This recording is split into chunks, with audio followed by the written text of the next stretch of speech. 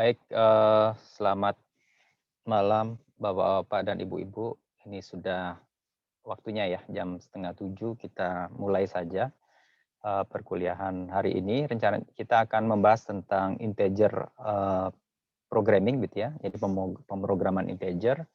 Kita sebenarnya sudah sih kemarin sempat menyinggung sedikit tentang integer ketika kita membahas tentang assignment gitu ya. Jadi apa namanya, eh, model penugasan yang kemarin. Jadi kita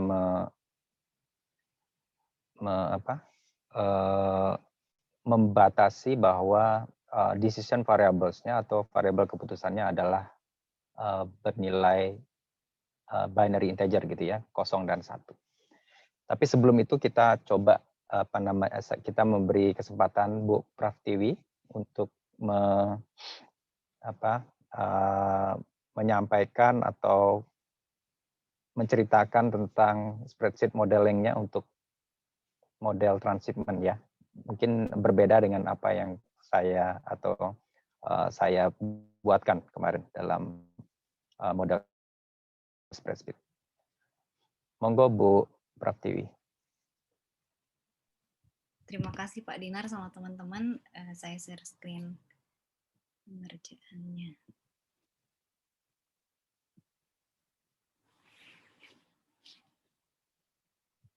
Langsung saja, ini kemarin kan model yang sudah dicontohkan kemarin, kita bisa mencari titik optimasinya, berapa objektif yang optimalnya dengan menambahkan angka yang tidak mungkin, yang di sini 1000 nggak mungkin kebaca untuk angka optimal, atau dia nggak mungkin ngebagi jarak atau quantity di sana untuk variabelnya karena angkanya terlalu besar dibanding yang lain.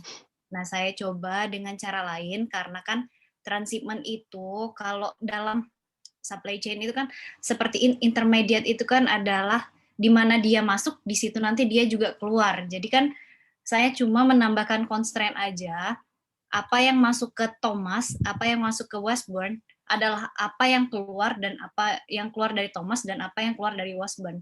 Apa yang masuk itu adalah nominal yang sama dengan dia yang keluar.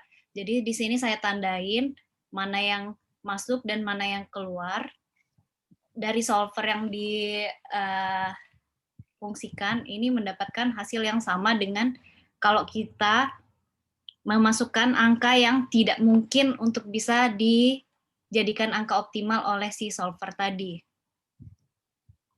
Ini saya plot dengan dengan huruf-huruf awal depannya semua biar jelas kebaca ya. Dari Arnold masuk ke Thomas itu saya singkat jadi AT, Arnold ke Washburn itu jadi AW, Supersafe ke Thomas ST, dan Supersafe ke Washburn itu SW. Nah, apa yang jumlah dari AT ke AW adalah jumlah dari AT ke ST, dan ST adalah TZ, TH, dan TR. Di sini jadi saya menambahkan constraint di situ. Constraint input dari Thomas sama dengan constraint output dari Thomas tadi. Kemudian yang masuk ke dalam Washburn adalah yang keluar dari Washburn ke demand, destination demand tadi. Dari plotting ini untuk solvernya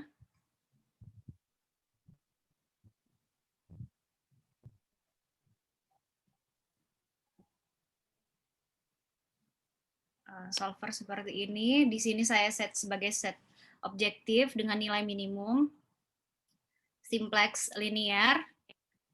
Di sini constraint-nya sudah di plotting semua ke sebelah sini, dan input sama dengan output tadi.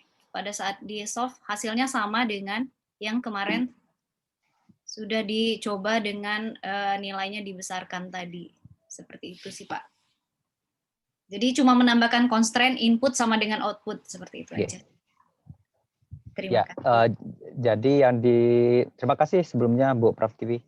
Iya. Sharingnya. Jadi betul ya. Jadi yang disampaikan Bu Praftiwi itu adalah menerjemahkan model yang kita buat kemarin dalam algebra model, ya, di mana sigma IK dikurangi dengan sigma KJ itu sama dengan 0. Ya, jadi apa yang masuk di ke transshipment point atau intermediate point itu adalah sejumlah yang keluar kan gitu ya. Jadi itu yang diterjemahkan dalam model spreadsheet yang dipaparkan atau disampaikan oleh Bu Praftiwi. Jadi monggo silakan kita bisa berkreativitas di sana ya, membuat model di dalam solver itu. Kadang kita butuh beberapa spreadsheet atau beberapa worksheet untuk membuat model yang lebih kompleks gitu ya. Yang misalnya untuk satu adalah untuk gudangnya, yang satu untuk materialnya begitu ya. Jadi kita bisa panggil nantinya dalam sebuah model yang kita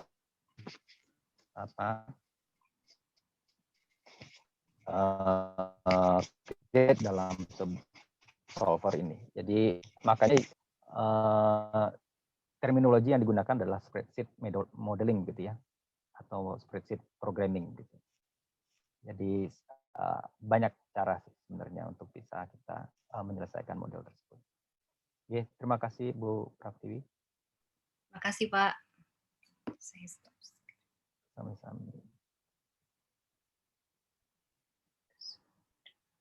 Oh, kode presensi belum saya share ya. Bentar. Oh, sudah. Baik, kalau yang miss dengan kode presensi, silakan nanti saya dikabari saja. Nanti saya bisa. Sebenarnya sih maunya otomatis dianggap semua hadir gitu. Cuman kan nggak enak sama yang bikin integra. Oke, seperti yang saya sampaikan tadi, materi kita hari ini adalah integer gitu ya. Jadi kita sudah membahas kemarin linear programming, kemudian ada model generic untuk network ya, transportation, kemudian assignment dan juga transshipment. Kemudian ada juga satu file gitu yang saya sisakan kemarin, monggo nanti dipelajari ya. Di sana ada network models yang di dalamnya ada shortest route gitu ya, ada lagi maximum flow dan juga spanning tree ya. Namun untuk hari ini kita akan membahas tentang integer, model integer, kemudian bagaimana sebenarnya atau algoritma yang kita gunakan untuk menyelesaikan integer programming ini. Saya tidak akan terlalu banyak nanti menjelaskan tentang bagaimana algoritma integernya gitu ya. Jadi salah satu yang bisa kita gunakan adalah branch and bound, ada branch and cut gitu ya. Jadi yang kita bahas sedikit adalah branch and bound, di mana branch and bound itu sudah juga attach ke dalam solver dan juga Lingo gitu ya. Jadi kita nanti fokus saja ke bagaimana memodelkan sebuah problem ke dalam integer, pemodelan integer, dan juga salah satu aplikasi. Sekali lagi karena saya background-nya adalah di bidang maritim. Jadi nanti di bagian belakang saya akan memberikan salah satu contoh aplikasi integer programming untuk desain LNG supply chain gitu ya. Jadi rantai pasok LNG.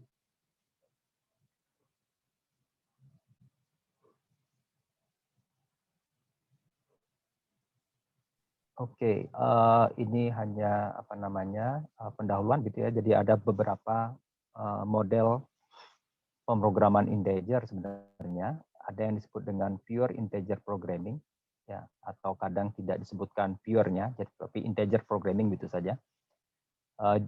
Itu jika seluruh variablesnya itu adalah integer gitu ya. Jadi kita men-set seluruh variabel atau decision variablesnya adalah integer. Kemudian jika kita men-set tidak semua, jadi ada beberapa atau satu atau beberapa variables itu tidak integer, maka kita sebut sebagai mixed integer programming. Jadi decision variables-nya sangat mungkin adalah bilangan integer dan juga bilangan real. Itu adalah mixed integer programming problems. Salah satu contoh apa namanya model generik dari mixed integer programming adalah facility location. Misalnya kita ingin menentukan di mana lokasi, ya, di mana lokasi dan berapa jumlah yang kita punya 5 kandidat warehouse, gitu ya, gudang. Ada 5 gudang kandidat, kemudian kita ingin menentukan gudang-gudang mana saja yang akan kita, atau distribution center mana saja yang akan kita bangun, yang mendekatkan distribution center itu ke customers, gitu ya, sehingga nanti jumlah produk atau jumlah entity yang kita distribusikan ke customer itu dapat meminimalkan biaya transport dan juga biaya pembangunan dari fasilitas tersebut. Nah, pada facility location problem, fasilitasnya adalah binary, misalnya 0 dan 1, jadi dari fasilitas 1 atau distribution 1 sampai distribution center 1 sampai dengan 5, maka dia bisa bernilai 0 atau 1. Kalau 0 berarti dia tidak terpilih untuk kita bangun, sedangkan 1 kalau dia terpilih untuk kita bangun. Sedangkan variable lainnya kita set sebagai bilangan real, gitu ya. Jadi sejumlah entity yang mungkin tidak unitnya tidak integer, gitu ya. Misalnya 10,9, 10,8 atau 100,8 meter kubik, gitu ya. Jadi itu dimungkinkan. Itu yang kita sebut dengan mixed integer programming. Sedangkan untuk jika decision variables-nya bernilai 0 dan 1, maka kita sebut sebagai binary integer programming atau 0-1 integer programming. Kemudian ada yang disebut dengan LP relaxation. Jadi LP relaxation itu sebenarnya kita tidak men-set variables itu adalah 0 dan 1, atau kita tidak membatasi variabel tersebut adalah bilangan integer. Ya, jadi LP relaxation itu hampir sama seperti kita menyelesaikan masalah linear programming dengan harapan bahwa kita akan mendapatkan nilai integernya. Ya, jadi dengan harapan bahwa misalnya kalau ada masalah problem integer, gitu ya, integer programming dengan 2 variabel, X1 dan X2, maka tanpa kita menambahkan constraint X1 dan X2 harus integer, kita berharap bahwa nanti nilai X1 dan X2 untuk LP relaxation-nya atau model linear programming-nya adalah integer. Ya, jadi karena iterasi yang digunakan atau untuk memboundary decision variables menjadi sebuah integer itu membutuhkan kalau di software itu ya membutuhkan waktu yang lebih lama untuk kita selesaikan. Jadi kadang kita salah satu cara yang bisa kita gunakan adalah kita selesaikan saja dia sebagai sebuah linear programming dengan harapan bahwa kita bisa nanti hasilnya atau decision variables-nya adalah variabel-variabel yang integer. Ya. Ini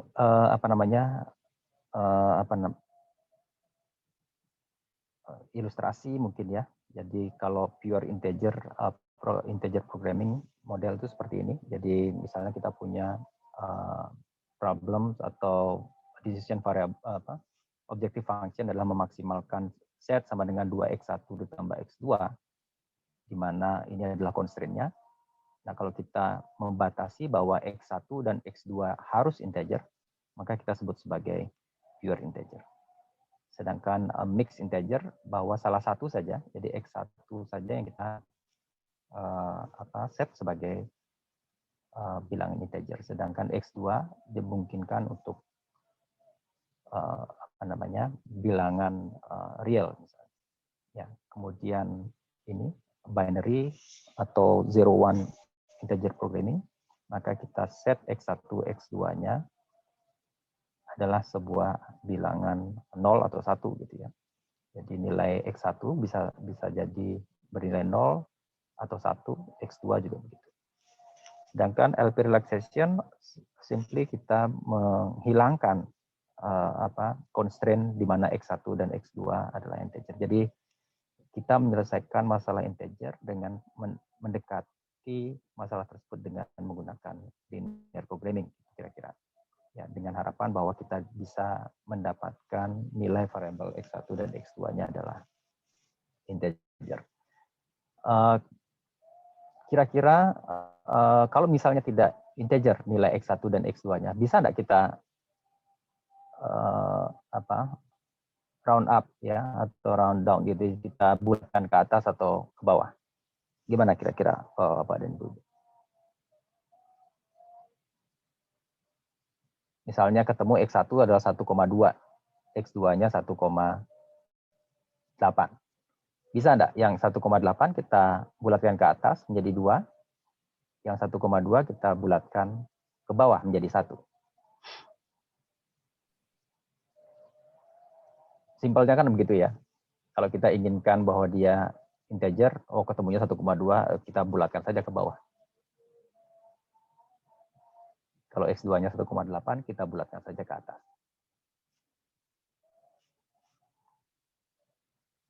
Gimana? Izin menjawab, Pak. Kalau Silakan, menurut Bu. saya, kalau dibulatkan ke atas itu kemungkinan dia masuknya ke invisible region. Soalnya kan kalau misalkan optimal point itu biasanya berada di corner point. Kalau misalkan kita bulatkan ke atas, berarti kan dia sudah masuk ke invisible region, Pak. Iya, betul, Bu Nadira. Jadi kita kalau kita membulatkan, baik membulatkan ke atas atau ke bawah, bisa jadi bahwa pembulatan tersebut ya variabelnya akan berada di luar daerah invisible region. Kalau kita lihat, kalau melihat kemarin ya dalam graphical solution, kita mensimulasikan atau menggambarkan daerah visible yang terdiri dari 2 variabel gitu ya. Maka kalau kita round up, ya sangat mungkin dia akan berada di luar area visible-nya. Ya, jadi itu yang membuat bahwa kita tidak bisa secara mudah untuk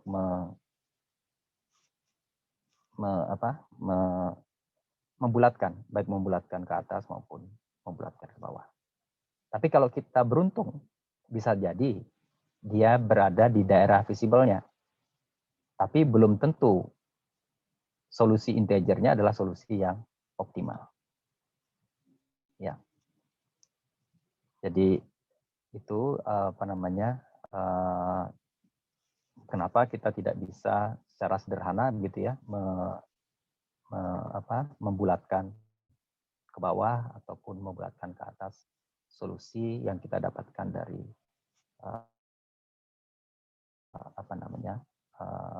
LP model kita atau model linear programming kita.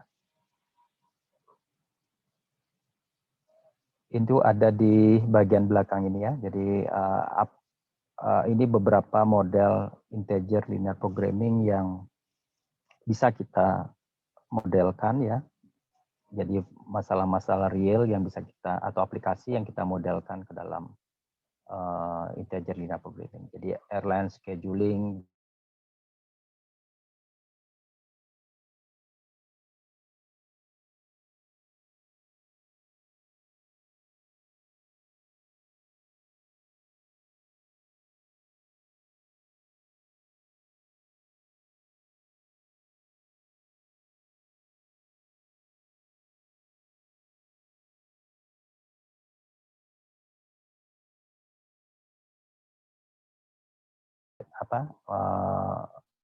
masalah-masalah real ini, gitu ya.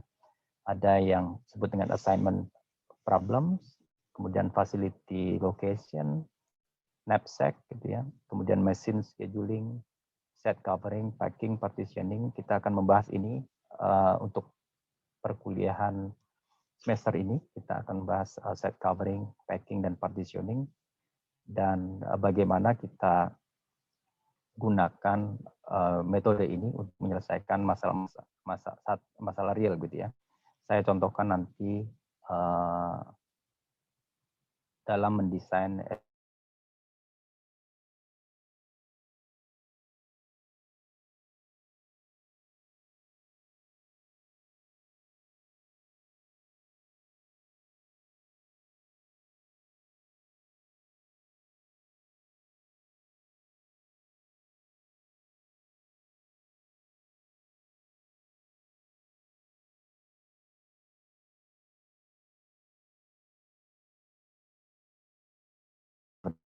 packing, knapsack mungkin, ya. Sedangkan untuk supply chain management, desain supply chain-nya bisa kita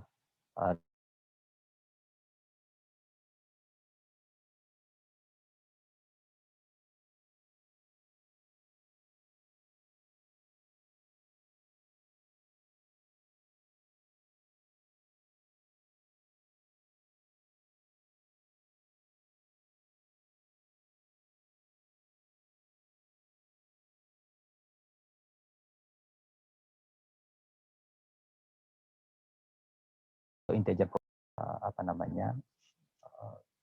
di industri. Airline scheduling itu sangat kompleks, ya. Jadi termasuk juga bagaimana assignment untuk pilotnya dan juga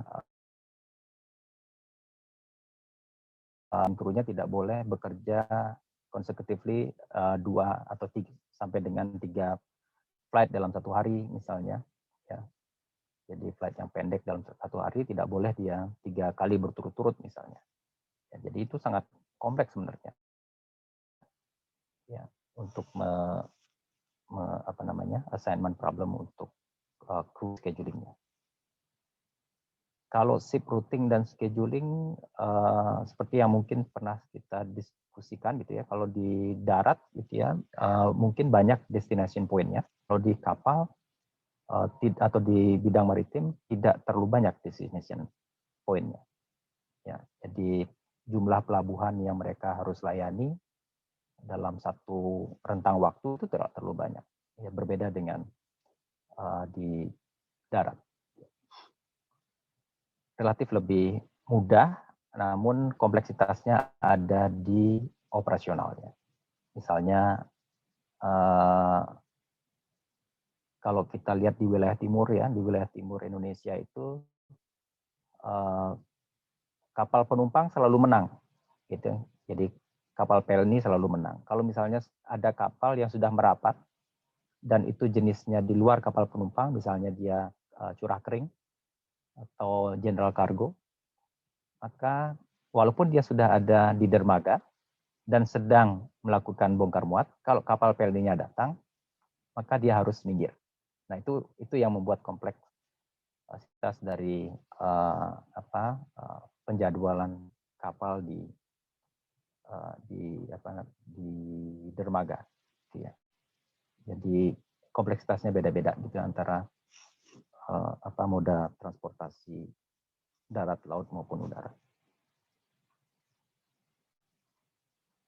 Nah, ini LP relaxation, gitu ya. Jadi original ELP-nya atau integer linear programming-nya itu kita set bahwa variabel X1 dan X2 itu harus integer.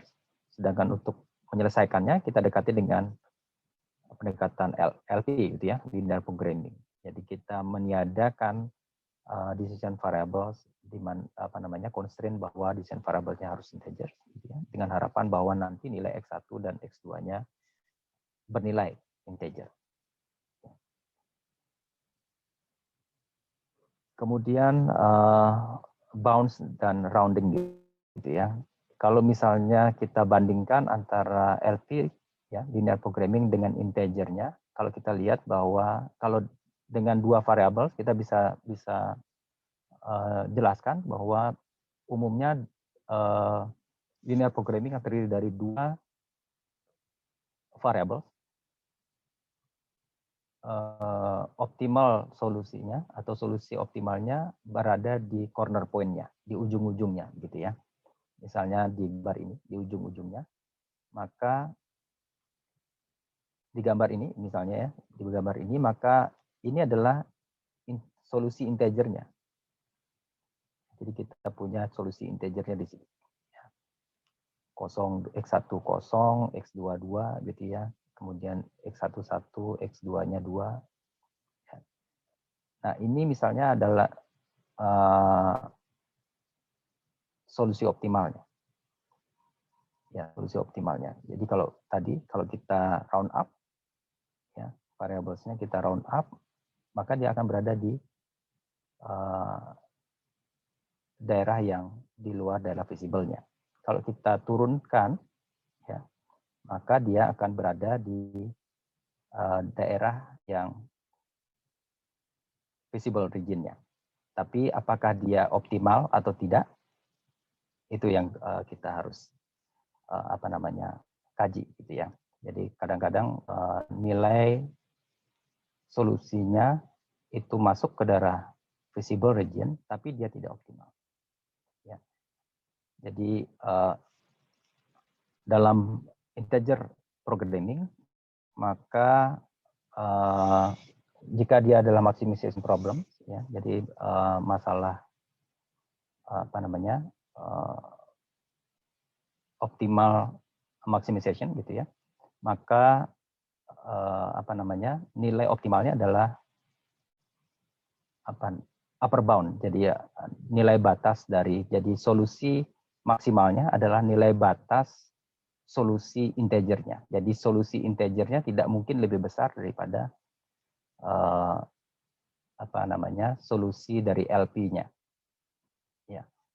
Sedangkan untuk maximization, minimization juga seperti itu. Jadi nilai minimalnya dari LP-nya itu adalah nilai integer, solusi integernya tidak mungkin lebih kecil daripada solusi linear programmingnya.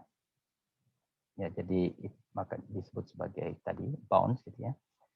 Kemudian bagaimana dengan rounding, seperti tadi kita sudah bahas bahwa sangat mungkin kita terjebak di daerah yang invisible. Ya, jadi solusinya menjadi invisible kalau kita simply melakukan rounding, ya, atau membulatkan ke atas maupun ke bawah.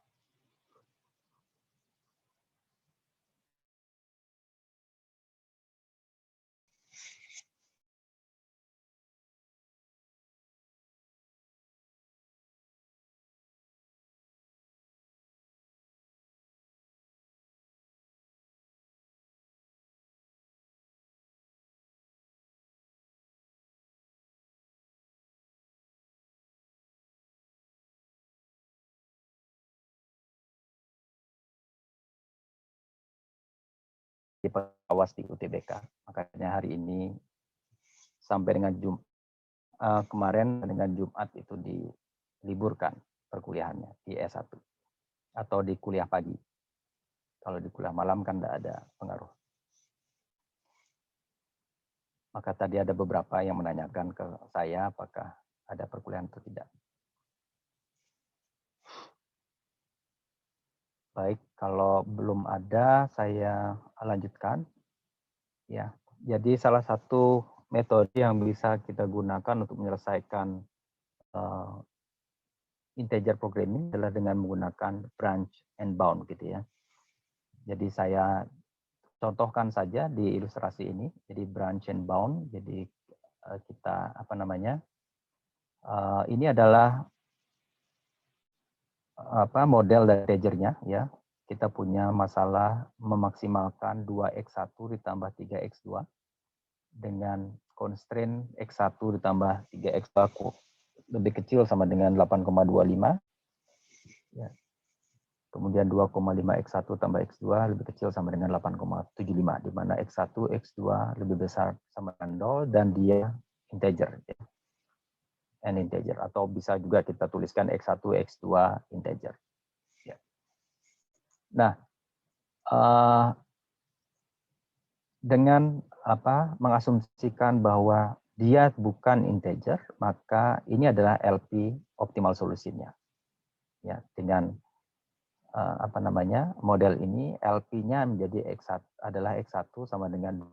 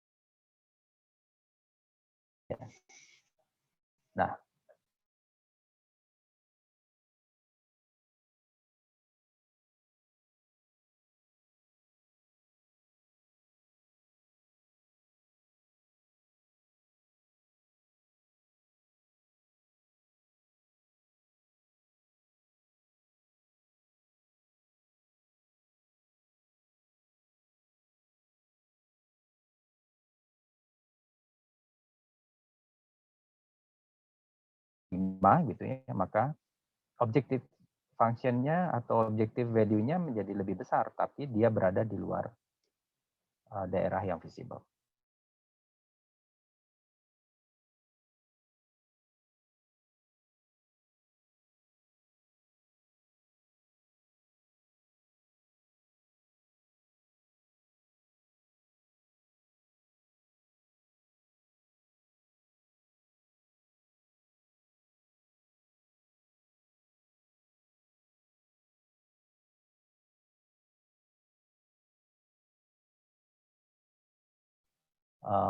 Secara praktikal dia membutuhkan waktu komputasi yang lebih lama, gitu ya, dan juga memodelkannya lebih sulit dibandingkan dengan linear programming.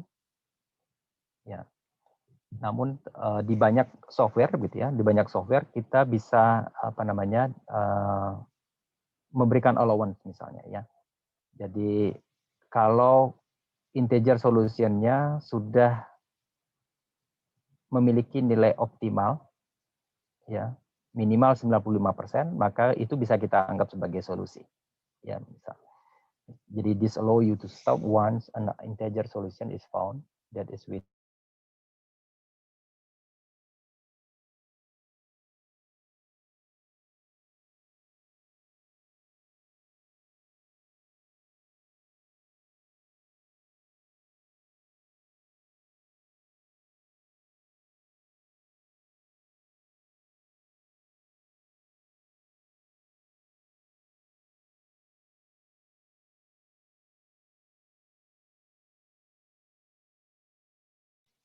margin untuk allowance-nya kita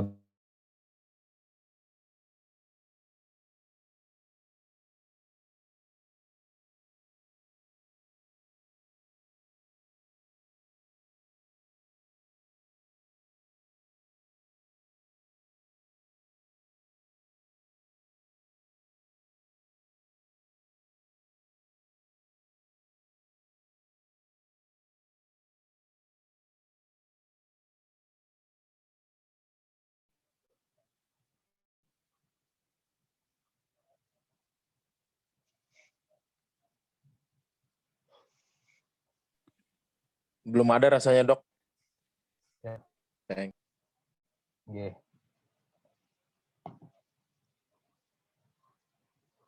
Baik.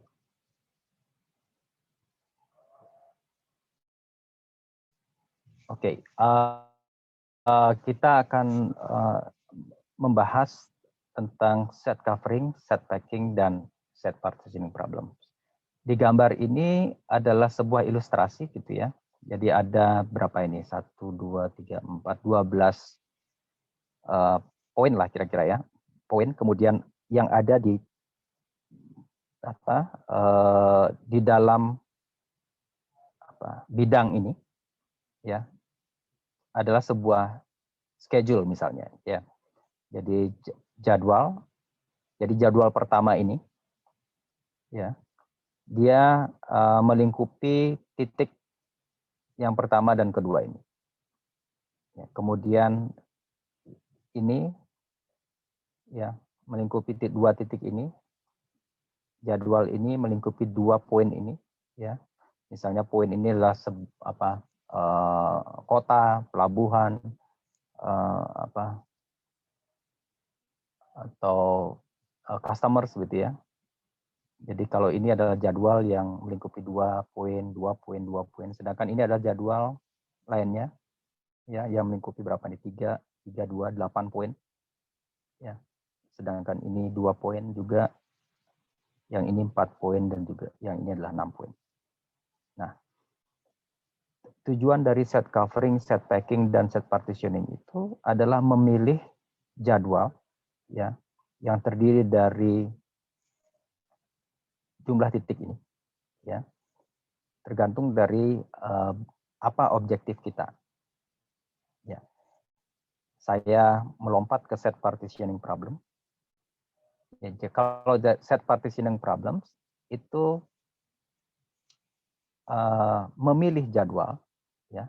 Jadi memilih jadwal yang bisa melayani seluruh titik ini. Jadi tidak boleh ada titik yang tersisa. Ya. Jadi kalau misalnya kita sebuah bertindak sebagai distribution center, kemudian kita ingin melayani customer, di mana semua customer harus kita layani, tidak boleh ada customer yang tidak kita layani. Maka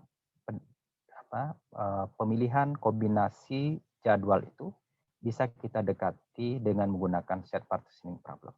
Tentu ini bukan satu-satunya metode yang bisa kita gunakan. Ya, kita bisa menggunakan metode yang lainnya. Kita sebagai contoh misalnya, ya kalau set partitioning itu lebih dekat ke knapsack gitu ya. Jadi knapsack problem itu bisa kita gunakan juga untuk memilih kombinasi jadwal ini. Nah, jadi batasannya untuk set partitioning problem adalah dia harus melayani seluruh titik ini. Ya, dan dilayaninya exactly once. Ya, jadi harus sekali, gitu, tidak boleh lebih dari sekali. Itu set partitioning problem. Jadi kalau kita lihat dari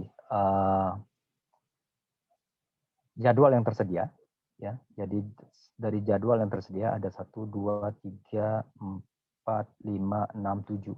Dari 7 jadwal yang tersedia, maka kita bisa memilih 4 jadwal, ya, masing-masing melayani setiap titik sekali. Itu adalah set partitioning problem. Nah, biasanya ini digunakan untuk mendesain tadi, jadi mendesain pola distribusi gitu ya, pola distribusi atau routing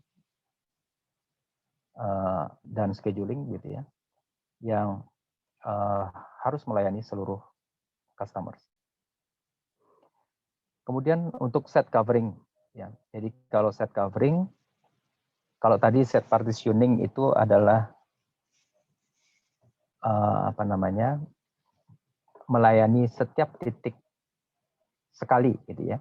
Sedangkan kalau yang set covering itu boleh melayani satu titik lebih dari sekali. Ya. Jadi kalau jadwal ini berkorelasi dengan kendaraan misalnya, ya maka untuk melayani 12 titik ini kita butuh 4 kendaraan.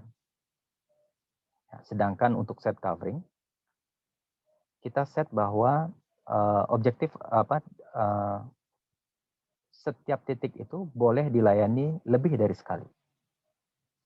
Kalau dia lebih dari sekali, maka schedule, ya, jadi schedule yang terpilih adalah misalnya seperti ini, ada 3 schedule, artinya kalau dia berkorelasi dengan kendaraan, maka untuk melayani ke-12 ke 12 titik ini kita butuh 3 kendaraan saja. Ya, di mana satu kendaraan itu melayani 8, ya, ini melayani 4 dan ini melayani 6. Dan kalau kita lihat ada beberapa yang interseksi gitu ya. Jadi ada beberapa titik yang dilayani lebih dari sekali. Itu adalah set covering problem. Ya, contoh lain yang bisa kita dekati dengan set covering problem, misalnya menentukan lokasi di mana firehouse misalnya ya, ada pemadam kebakaran. Misalnya pemadam kebakaran ada 5 lokasi, kandidat lokasi. Kemudian kita ingin meminimalkan lokasi pemadam kebakaran, tapi dia bisa mengcover seluruh daerah kita. Misalnya wilayah Surabaya, kita tentukan beberapa kandidat lokasi dari pemadam kebakaran. Nah, pemadam kebakaran dan yang membatasi misalnya, setiap lokasi itu harus bisa dijangkau minimal dalam waktu sekian menit, misalnya. Ya, jadi mungkin saja wilayah Rungkut misalnya bisa dilayani oleh 2 pemadam kebakaran. Wilayah lain cukup 1 saja misalnya. Ya, jadi itu salah satu contoh bagaimana masalah set covering bisa kita aplikasikan. Nah, untuk set partitioning problem dan juga set covering problem, objektif fungsinya adalah meminimalkan biaya transportasi atau meminimalkan biaya investasi. Ya. Jadi berbeda dengan set packing problem. Kalau set packing problem ada 12 titik gitu ya. Ada 12 titik, tapi dia tidak punya kewajiban untuk melayani ke-12 titik ini. Jadi tujuan untuk set packing problem adalah memaksimalkan profit. Kalau set covering dan set partitioning meminimalkan biaya, sedangkan untuk set packing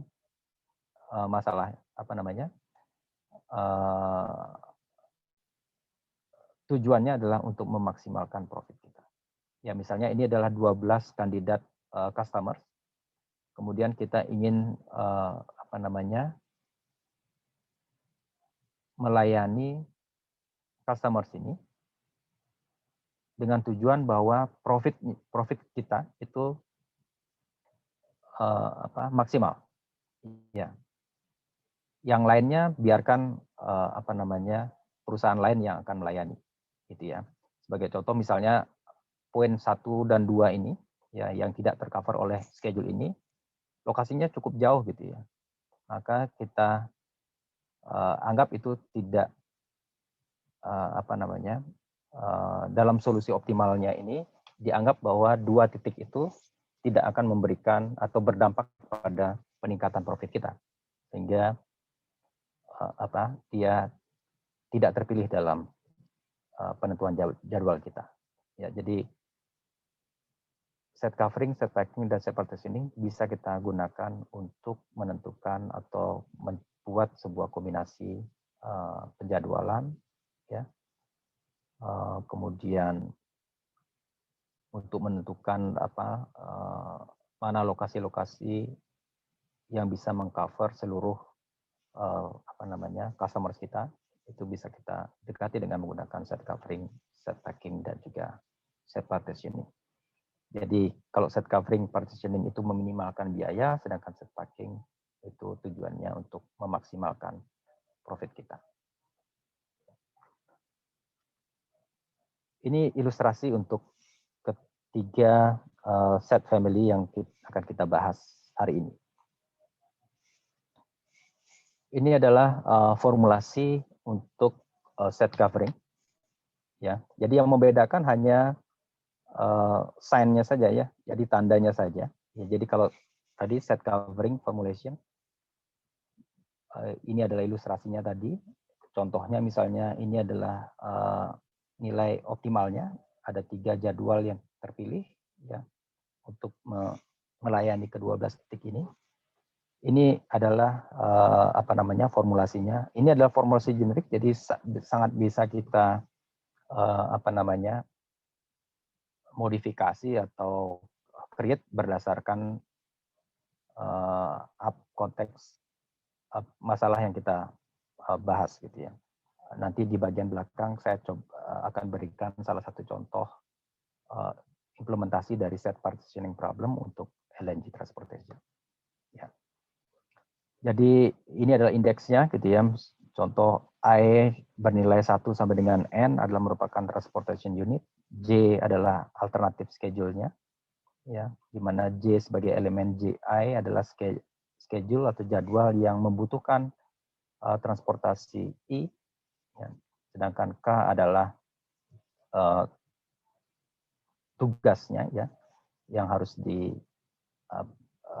perform gitu ya. Sebagai contoh adalah segment ataupun orders. Kemudian J sebagai elemen JK adalah schedule untuk performing task. Ya. CJ-nya adalah biaya, YJ-nya adalah decision variables-nya. Ya, dia bisa bernilai 1 maupun 0. Ya, dia bernilai 1 jika dia terpilih, 0 tidak terpilih. Ya. Ini formulasinya. Jadi set sama dengan minimizing sigma C, CJ, YJ gitu ya. Kemudian subject to atau batasannya ini adalah batasan untuk transportation unitnya atau unit transportasinya, sedangkan ini adalah assignment-nya atau penugasannya. Ya. Jadi setiap transportation ini maksudnya kan setiap transportation unit ya dia bisa melayani lebih dari 1 gitu ya. Sedangkan ini task ya, jadi setiap poin, kalau ini adalah tasknya, setiap poin ini bisa dilayani lebih dari 1. Ya, di mana YJ-nya adalah bernilai 0 dan 1. Yang membedakan hanya sign ini saja. Kalau partitioning, kalau kita lihat bahwa masing-masing bahwa transportation unit harus melayani 1 saja titik. Sedangkan misalnya kalau titik ini adalah task K, maka dia hanya boleh dilayani oleh 1 transportation unit saja atau schedule saja. Ya. Nah, itu yang membedakan antara set covering dan set partitioning. Di mana masing-masing atau kedua model ini adalah bertujuan atau objective function-nya adalah meminimalkan biaya. Sedangkan untuk set packing, ya, kalau set packing sebaliknya, ya, dia objective function-nya adalah memaksimalkan profit. Ya, di mana tidak setiap transportation unit akan melayani task ini atau melayani schedule ini. Begitu juga dengan setiap poin ini tidak harus dilayani. Ya, jadi dia bisa bernilai 0. Jadi itu saja yang membedakan antara set covering, set partitioning, dan juga set packing. Ya, mungkin saya akan berikan salah satu contoh begini ya. Ini contoh untuk set covering. D itu untuk distrik. Jadi di sini ada 9 distrik, D1 sampai dengan D9. Ya, kemudian D1, D9 ini memiliki keterbatasan untuk dilayani oleh potential site gitu ya. Jadi ada 7 potential site S1 sampai dengan S7 gitu. Ini adalah distrik, ada 9 distrik yang harus dilayani. Kemudian S1 sampai dengan S7 ini adalah potential site di mana kita meletakkan, sebagai contoh misalnya emergency ambulance gitu ya, ambulans kah ataukah pemadam kebakaran gitu ya. Diilustrasikan di sini misalnya. Site yang pertama, itu dia bisa melayani distrik 1, distrik 2, distrik 3, dan distrik 7. Sedang untuk yang site yang kedua, dia bisa melayani D2, D9, D7, D6, dan 3, D5. Nah, ini adalah tabel yang memperlihatkan site ya. Jadi ini site dan kemudian ini adalah distrik yang bisa dia layani. Ya, jadi S1 site kandidat site yang pertama dia bisa melayani D2, D5, D6, D7, dan D9.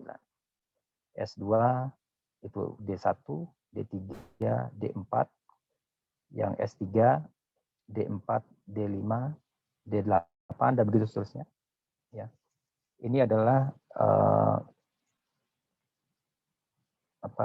kombinasi antara kandidat site dengan distrik yang bisa dia layani. Ya. Nah, tujuannya adalah kita ingin menentukan, karena tadi ya, jadi site covering adalah meminimalkan biaya. Ya. Jadi site covering di sini bertujuan untuk meminimalkan jumlah site ya, yang bisa melayani seluruh distrik ini, di mana setiap distrik itu bisa dilayani lebih dari sekali. Ya. Jadi ini adalah spreadsheet modeling untuk site coveringnya. Ya, kalau tadi dituliskan seperti ini, ya sigma YJ, di mana J adalah elemen dari untuk setiap schedule yang membutuhkan transportation unit I, sedangkan inilah schedule untuk performing K gitu ya, kerjaan K.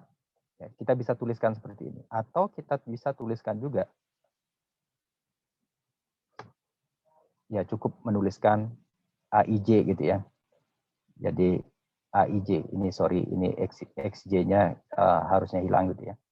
Jadi sigma J sama dengan 1, AIJ lebih besar sama dengan 1. Ya, jadi XJ-nya ya, kita tolong nanti dicoret saja. Jadi ini adalah perkalian ya, jadi atau kombinasi antara site dengan distrik gitu ya. Site dengan distrik.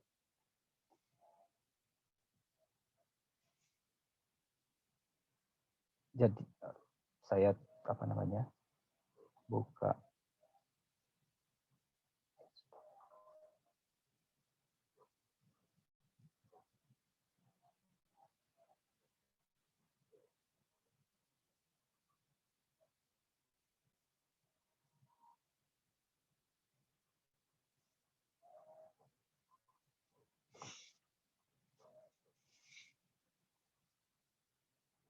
Terlihat Excel-nya ya, Bapak Ibu? Terlihat, Dok. Iya, Pak. Baik, jadi ini adalah data yang tadi ya. Jadi set 1 bisa melayani distrik 2, distrik 5, 6, 7, 9 gitu ya. Itu seterusnya. Nah, tadi saya tuliskan seperti atau modelkan seperti ini. Nanti ini adalah sebagai decision variables. Decision variables-nya bernilai 0 dan 1. 0 atau 1 gitu ya. Kemudian ini adalah objective function-nya. Objective function-nya adalah CJ dikali XJ gitu kan ya. Jadi CJ-nya adalah ini ini ya. Jadi masing-masing 1 gitu ya. Kemudian ini adalah XJ-nya. Dia bisa bernilai 0 atau 1. Ya. Kemudian AIJ ya. Jadi ini adalah AIJ-nya. AIJ ini adalah perkalian ini dengan ininya. Ya, jadi ini adalah AIJ-nya. Ya, sum product yang dia bisa bernilai lebih besar sama dengan 1. Ya. Jadi itu saja sih sebenarnya model untuk spreadsheet untuk integernya. Ya. Jadi ini adalah objective function-nya. Kemudian covering adalah untuk meminimalkan, ya, changing cell-nya atau decision variables-nya. Ya. Kemudian constraint-nya. Ya, jadi constraint-nya adalah jangan lupa bahwa nilai ini nanti adalah binary, dia bisa bernilai 0 maupun 1. Gitu ya.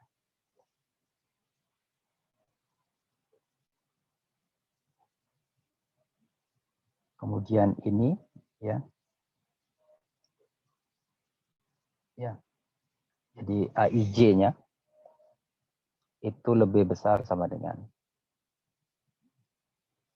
nilai ini, atau bisa kita tuliskan langsung 1, gitu juga bisa. Gitu ya. Jadi ada GRG, simplex dan evolutionary, ya kita pilih simplex.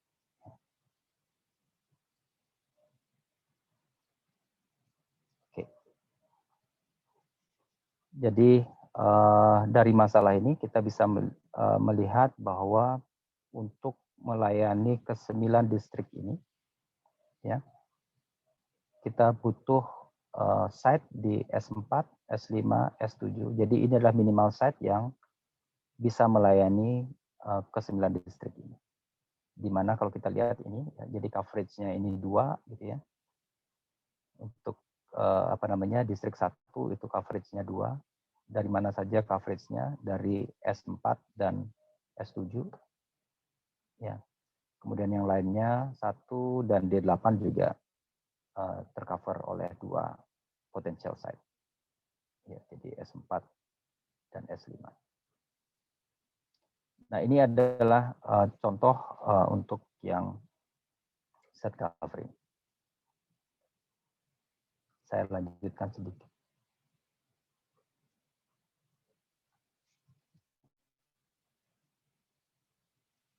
Oke, ini untuk set covering.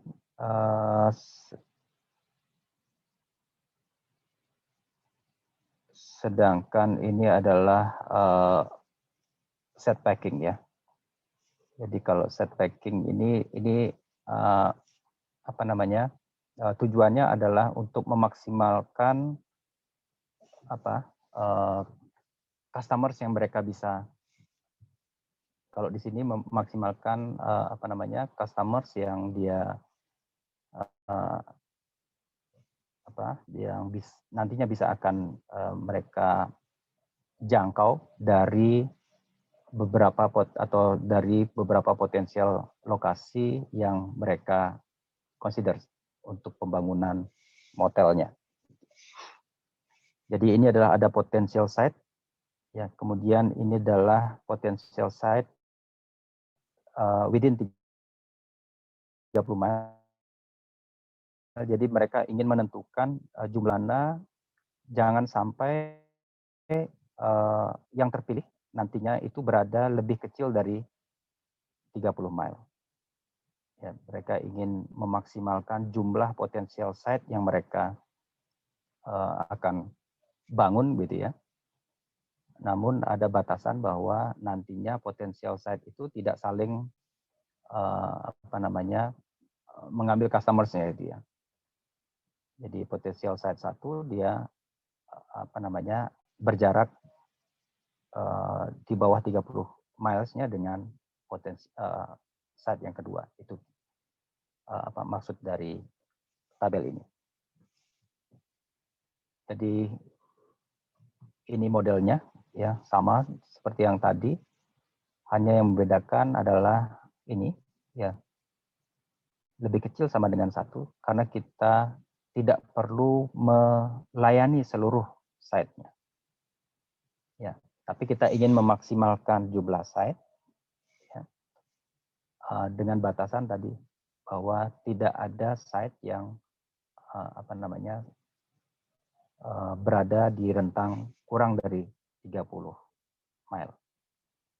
Ya, jadi kalau set packing jangan lupa mengganti modelnya menjadi maximizing problem, gitu ya. Jadi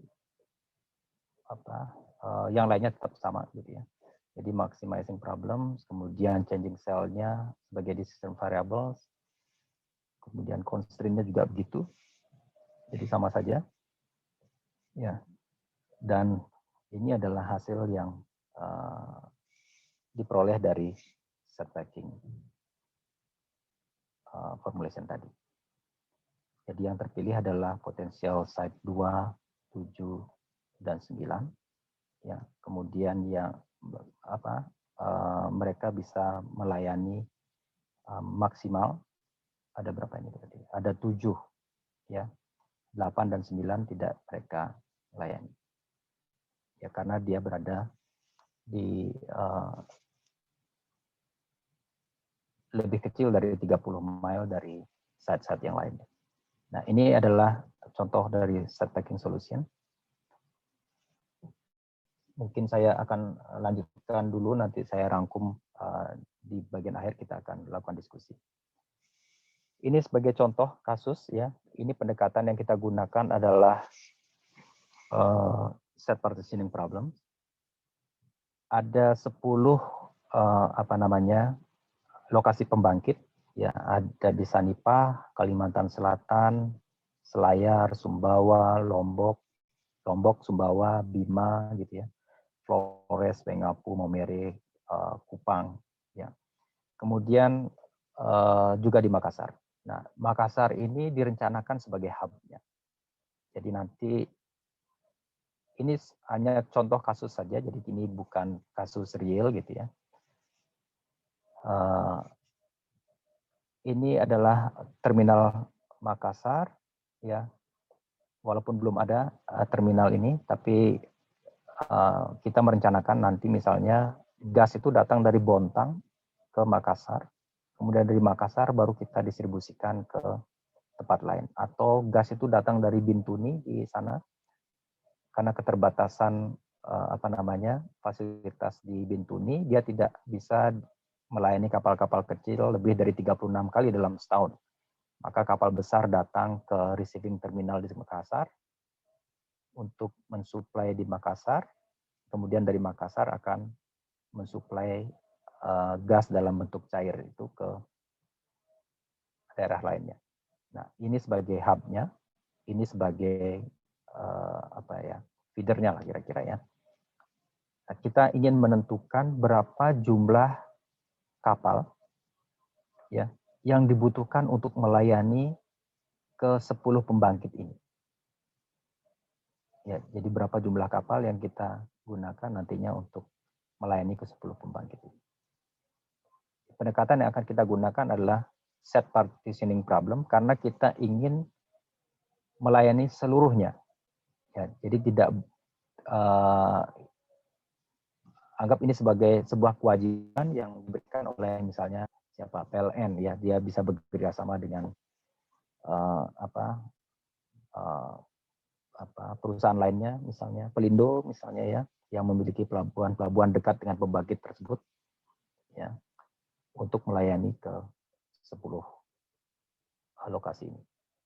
Nah, ini adalah kebutuhan gas. Kalau ini kebutuhannya ini adalah kebutuhan yang real sekarang gitu ya.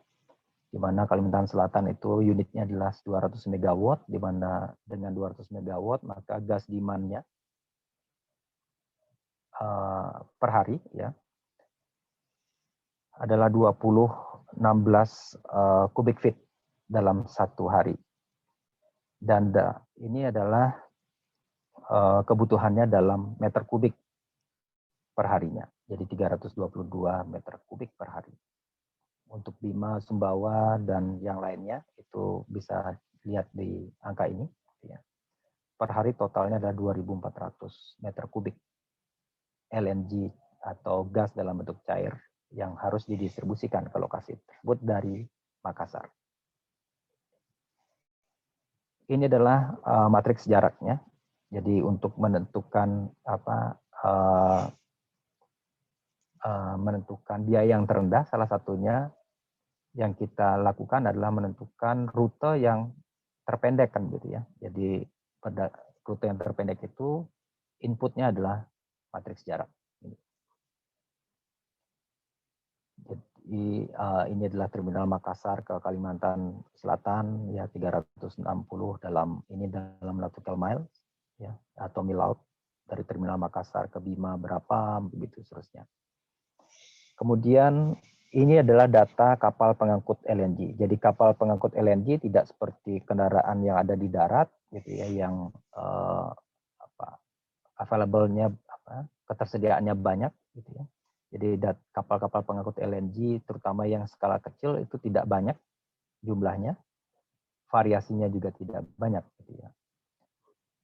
Misalnya ini yang di pasar ada yang ukurannya 10.000, 7.500, 2.500, dan 1.100. Ini adalah yang kandidat yang akan kita gunakan untuk melayani jaringan distribusi tadi. Ya. Ini adalah datanya, ya. Ini adalah capex-nya. Capex dalam per tahun, ya. Kalau ukuran yang 1.100, 22 juta US dollar per tahun, ya.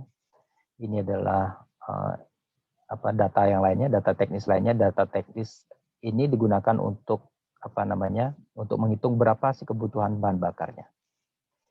Ya. Jadi penentuan rute atau penentuan kapal itu nanti akan berkorelasi dengan atau memiliki batasan kapasitas muatan kapal. Jadi rute yang panjang tentu tidak akan bisa dilayani oleh kapal yang kecil.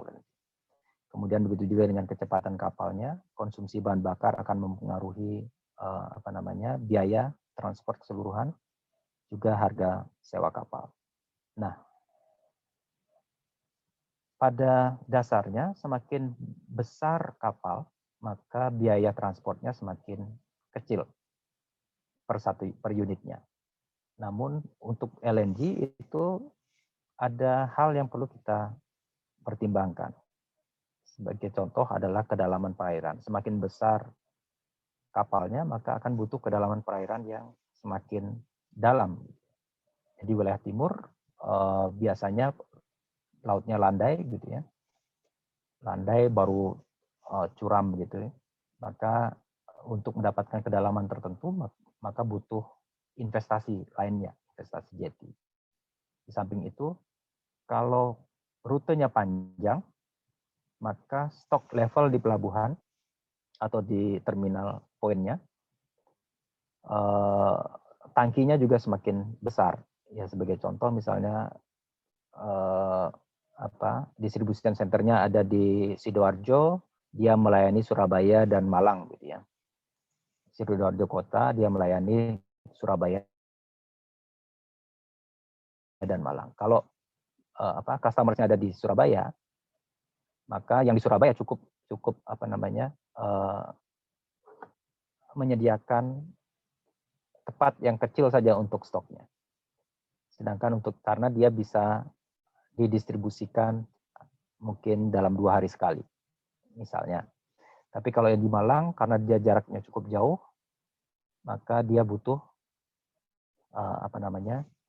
fasilitas penyimpanan yang lebih besar, ya, storage yang lebih besar, dan itu berkorelasi dengan biaya, sama dengan LNG. Ini adalah contoh bagaimana pembangunan jeti, ya. Kalau yang 1.100 di Senipah, maka dia butuh panjang terrestrialnya berapa. Semakin besar kapalnya, ya 7.500 meter kubik, dia butuh 0,19 atau hampir 0,2 kilometer atau 200 meter. Ya, ini dalam meter, ini dalam kilometer, ya. Kita lihat untuk kapal-kapal yang besar, dia butuh panjang terrestrial atau yang menjorok dari darat ke laut itu lebih panjang. Ya, ini estimasi biaya tentu sangat banyak, ya, asumsi di sini. Kemudian ini adalah metodologinya. Ya, ini adalah set partitioning problemnya. Jadi kalau tadi adalah CJ kali YJ, gitu ya. Tapi ini adalah definisi biaya, ya. Jadi ada transportation cost-nya, kemudian ada infrastruktur jetinya, dan juga tangki. Ya. Jadi pemilihan rute oleh kapal itu akan mempengaruhi biaya transportasi, akan mempengaruhi jeti infrastrukturnya, dan juga storage tank-nya. Semakin panjang rutenya, dengan menggunakan kapal yang besar, maka storage tank-nya juga semakin besar. Ya. Ini metodologi sebelum kita masuk ke set partitioning. Jadi ini tujuannya adalah mengenerate visible route-nya. Jadi yang tadi ya, ilustrasi ini. Nah, kita mengenerate visible rutenya. Ya, misalnya kapal 1 untuk pelabuhan 1 dan 2. Kapal 2, 3 dan 4. Gitu ya. Jadi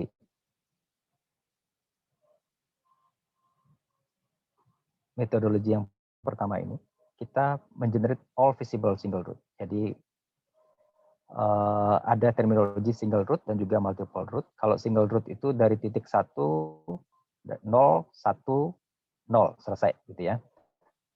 Sedangkan kalau multiple route 0, 1, 0, 2, 0. Ya, jadi ada 2 kombinasi single route yang dimungkinkan untuk multiple route. Nah, jadi kalau misalnya kita ingin melayani pelabuhan 1 dan 2, kalau kita paksa dia hanya bisa melakukan single route saja, maka kita butuh 2 kapal di sana. Ya, yang melayani 010 dan 020.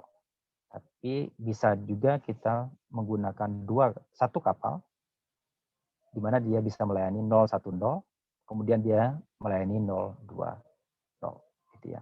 Jadi pertama kita buat single route-nya, kemudian kita buat multiple routes-nya, kemudian kita memilih gitu ya, memilih kombinasi antara rute yang visible yang bisa melayani seluruh lokasi ya sekali saja. Ya, di mana yang kotak yang ketiga ini adalah ini ya, jadi set partitioning problem formulation. Ini sebagai contoh ya. Jadi ini kita kerjakan misalnya secara manual saja ya. 010 artinya dari Makassar ke tadi mana nih, Senipah, kemudian balik lagi ke Makassar. 02 dari Makassar ke Kalimantan Selatan ke Makassar gitu ya. Jadi ini adalah model persis seperti yang kita buat tadi di Excel ya. Tentunya kalau semakin banyak jumlah titiknya, mungkin akan time consuming kalau kita melakukan itu di Excel gitu ya. Jadi di sana kita butuh misalnya pemrograman untuk membuat kombinasi rutenya. Jadi atau rute yang visible tadi. Ini untuk yang single route, ini untuk yang multiple route. Ya. Dengan Lingo ya, ini dikerjakan dengan set partitioning-nya dikerjakan dengan Lingo karena tidak jumlah variablesnya itu melebihi batas yang diperkenankan untuk academic versionnya di solver gitu. Nah, ini adalah solusi yang terpilih gitu ya. Jadi atau rute yang terpilih. Jadi untuk melayani ke 10 pembangkit ini, maka dibutuhkan 2 kapal saja. Ya, di mana yang hijau ini adalah kapasitas 10.000 meter kubik ya. 10.000 meter kubik. Dia melayani Makassar, kemudian Kalimantan Selatan, Lombok, Sumbawa, Bima, begitu seterusnya. Sedangkan yang biru ini adalah kapal 1.100 meter kubik, ya, dengan kapasitas 1.100 meter kubik yang melakukan multiple routes, ya, dari Makassar ke Senipah, balik lagi ke Makassar, kemudian dari Makassar ke Flores, Maumere, Selayar, dan balik lagi ke Makassar. Nah, tentu ini adalah sebuah konsep ya. Jadi konsep yang atau contoh yang bisa kita selesaikan dengan menggunakan set partitioning problem dengan input tadi. Jadi seluruh visible single root perlu kita create terlebih dahulu untuk kombinasinya baru kita memilih dengan menggunakan set partitioning. Jadi kalau kita bayangkan kita punya misalnya ini hanya sebagian saja ya. Jadi hanya sebagian sebagian dari visible single root-nya atau multiple root-nya. Ini adalah sebagian dari single root-nya. Kalau kita punya single root misalnya 1 sampai 500. Ya. Kemudian multiple root-nya 1 sampai 200. Ada urutan 1 sampai 700 ya. Kemudian kita ingin memilih kombinasi antara rute, kombinasi antara setiap visible schedule ini yang bisa melayani keseluruhan terminal ini. Jadi kalau kita lakukan secara manual sangat time consuming kan gitu ya. Jadi pemilihan yang solusi optimalnya bisa kita dekati dengan menggunakan set partition. Salah satunya dengan set partitioning problem formulation. Kita bisa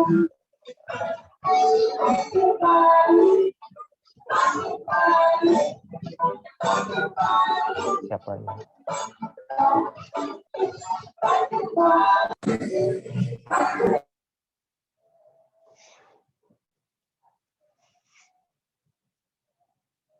Oke, jadi itu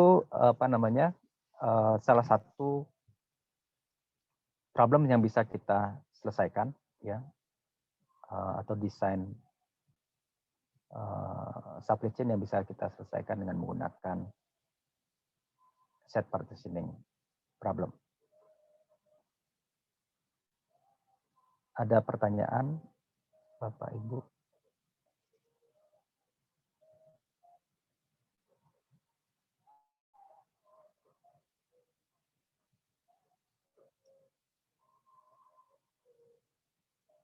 Pak Dinar mau tanya, Pak.